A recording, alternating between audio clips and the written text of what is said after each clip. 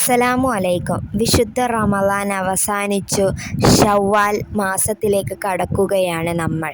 ഇൻഷാ അല്ലാഹ് നമ്മൾ ചെയ്ത എല്ലാ അമലുകളും അല്ലാഹു സ്വീകരിക്കട്ടെ. ആമീൻ. ഇന്ന് ഞാൻ പറയാൻ പോകുന്നത്, ഇത് ആത്മാർത്ഥമായി ചൊല്ലിയാൽ മണിക്കൂറുകൾ കൊണ്ട് നിങ്ങൾക്ക് ഉത്തരം ലഭിക്കുന്ന ഒരു ദിക്റിനെ കുറിച്ചാണ്.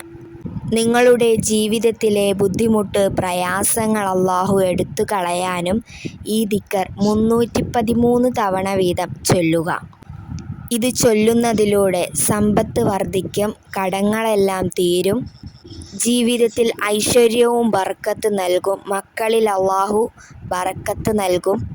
നല്ല നിയ്യത്തോടു കൂടി വേണം ഇത് ചൊല്ലാൻ. നിയ്യത്ത് വച്ച് എന്ത് കാര്യം അല്ലാഹുവിനോട് ചോദിക്കുന്നുവോ അതിനെല്ലാം അല്ലാഹു പ്രതിഫലം നൽകുന്നതാണ്. വളരെ എളുപ്പത്തിൽ 15 മിനിറ്റ് മാത്രം മതി ഈ ദിക്റുകൾ ഓരോന്നും ചൊല്ലിത്തീർക്കാൻ.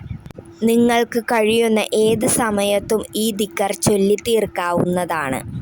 ഇത് ചൊല്ലുന്നതിന് മുൻപ് മുത്തുനബി സ്വല്ലല്ലാഹു അലൈഹി വസല്ലമ തങ്ങളുടെ പേരിൽ ഫാത്തിഹ ഓതുക.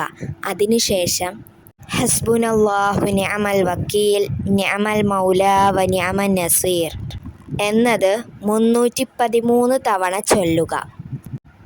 യാദൽ ജലാലി വല്ലിക്റാം എന്നത് 313 തവണയും ചൊല്ലുക.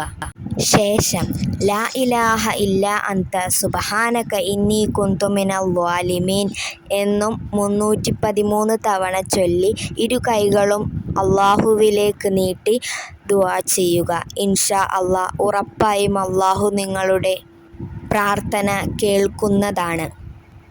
ഒരു കാര്യം ഉണർത്താനുള്ളത്, നിങ്ങൾ നിങ്ങളുടെ മാതാപിതാക്കളെ ഏതു രീതിയിലാണോ നോക്കുന്നത് ആ രീതിയിലായിരിക്കും അല്ലാഹു നിങ്ങൾക്കും കാരുണ്യം തരുന്നത്. ശ്രദ്ധിക്കുക, നിങ്ങളുടെ മാതാപിതാക്കളോട് നല്ല രീതിയിൽ പെരുമാറുക. അവരെ സന്തോഷിപ്പിച്ചാൽ അല്ലാഹു നിങ്ങളുടെ ജീവിതത്തിൽ ബർക്കത്തും ഐശ്വര്യവും നൽകുന്നതാണ്.